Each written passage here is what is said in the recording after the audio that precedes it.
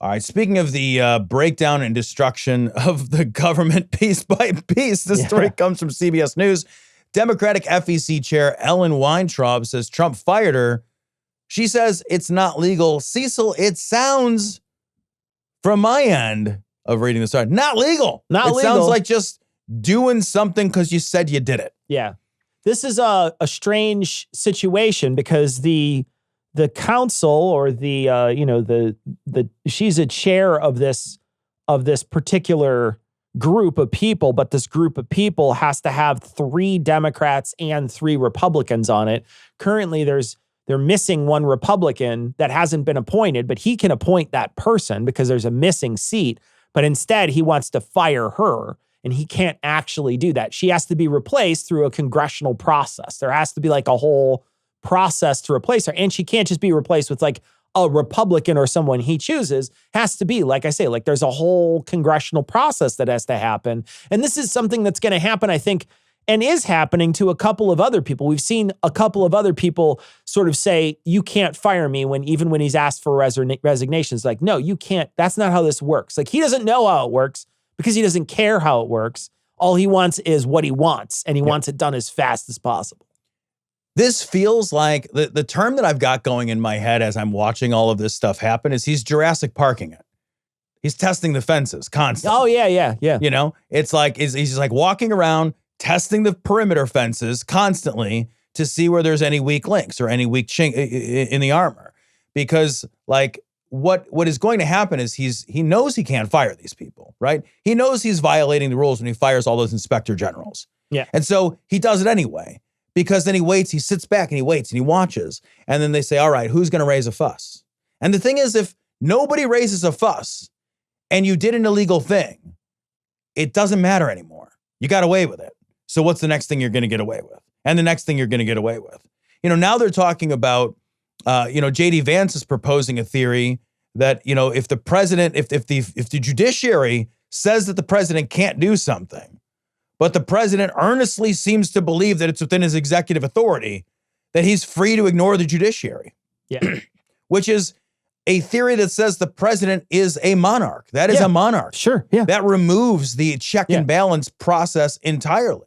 Because our system is based on the courts. If you don't like something, if you think something's illegal, if you think somebody doesn't have power, who decides it? You go to the courts. Well, if you just disregard the courts afterwards, then like the courts ultimately can't do something else. Yeah. What are they gonna do? Take it to court? They're already the court, man. Yeah. There's nothing else. Yeah. This feels like, did I ever tell you the story about when I fired my own boss? No. Back at the first title company I worked at, which was the most insane title company, the most insane business that's ever, I think, happened ever. So I worked at this really terrible company, first title insurance company I ever worked at. They're out of business now because they set their building on fire to hide their fraud. It's in the Chicago Tribune. It's like a whole fucking thing. Laws were passed afterwards to prevent them from doing the things that they did. Frauds. Yeah.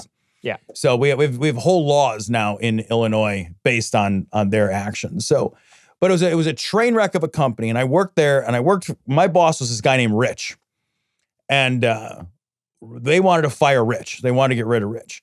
So one of the owners of the company, this guy Tony, comes into my office. He says, "Hey, I need you to fire Rich." And I was like, "I can't fire Rich. Tony, I'm 25 years old, by the way. I don't know shit about anything." I'm like, I don't think I can fire Rich, Tony. He's my boss. And he's like, "Not if you fire him." So let me guess, you fired him and then he laughed at you? When I walked into his office, I felt terrible. One, I kind of liked Rich. He felt like a giant man baby. He actually was the guy that got scurvy and pulled out one of his own teeth. And it was I don't know that I want to hear this story. Continue on. Yeah, crazy continue story. On. So, but like, he was also a nice enough guy. He got legitimately got scurvy. Yeah, did it take him months to get to work on a boat? Is like, how did he get? I think in retrospect, maybe he had ARFID, because the only thing that I ever saw him eat or drink, he would go to the gas station and get those giant, like 55-gallon drums of Diet Coke. Okay. And then he would only eat cheeseburgers. I've never seen him eat anything else. All right. Well, that's fair. All right. So scurvy follows. Okay. So crazy. I have crazy stories. Just add some ketchup to that. Crazy. Yeah, I know, man. Yeah, like, you don't need actually a lot of vitamin C to not get scurvy, but he did get scurvy and his teeth fell out. At work, by the way. He pulled a molar out at work at his desk. Anyway. I feel like you worked for the mob, Tom. Dude, it was crazy. The stories from that place are fucking lunacy. Amazing. So I go into Rich's office and I'm like, and Tony is just like waiting in the hallway. But like Tony doesn't want to fire Rich because Tony's a chicken shit. Okay. So he's sending me in to go fire his guy. And I go into Rich's office and I'm 25 years old and I work for Rich. And I was like, hey, so I just talked to Tony and he says that you're fired. And he's like, well, you can't fire me. And I'm like, I know. That's what I said. And so Rich and I are just looking at each other. And it was insane. It was utterly insane. And I was like, I don't know what to, and I told Rich because he's my boss. And like, I was like, I don't really know what to do.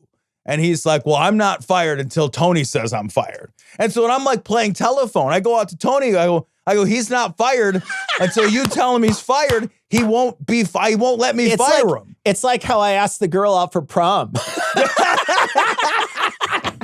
Dude, it was fucking nuts. It was absolutely insane. So finally, like Tony, don't tell her I really like her though. Yeah, don't tell her I really like her. So this feels like that. Wow. This feels like like the FEC firing. Are you fired? Check yes or no. It's like I don't have the authority to do it. You're just sending in a fucking junior staffer. You walk in with one of those things that they used to fold up, that little open it up a bunch of time. Open it up. Now pick a number. You are fired.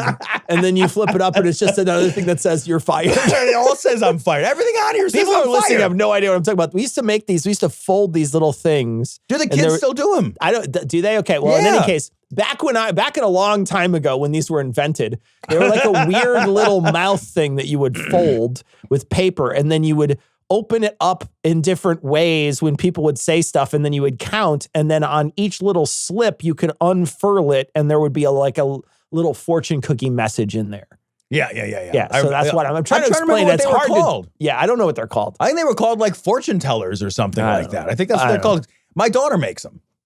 She makes them all the time. That's crazy that they still make them. Dude, they'll never die, bro. They're going forever. That's amazing. Yeah. And actually, like you said, that's how Trump uses them. But he sends a junior staffer in with a fucking paper fortune teller. It's like Elon Musk says you're fired. I want to circle back to something you said though, because I think there's something important in what you said. That's an accident. And it's Trump's going to test the fences, and he's going to do things, and even if they get caught up in courts and then eventually he's wrong, he still tried to do it, right? But I think like a lot of rich people do this sort of thing all the time, right? They'll, like, for instance, Trump will not pay his debts. Right. And then he'll get taken to court. And then it costs that person money to take him to court. And sometimes it's not worth what they do, like the amount of work or hiring lawyers and things like that to try to get that money from him, so they fail, or they don't get as much, or he's able to argue. So like for him, there's either he pays the full amount and he doesn't care, or he wins out and he's like, great, I won out, so it doesn't matter.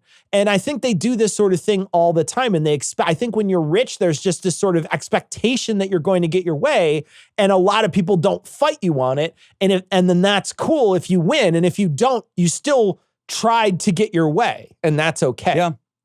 Yeah, I think that's exactly the mindset, man. And the problem is that mindset usually works. Yeah. Just like you're describing. It often works. And the problem is like our government is not a business, right? So that's the big problem. And I think that we're running into is that a lot of these people think, oh, the government needs to run like a business. No, the government is a service. It's a service for people. It's a thing that that's exactly right. We use. Like, it's a thing we need. There's this idea that, this guy, Elon Musk, bought Twitter and then he gutted it so that he can make a profit. Well, the government isn't like that.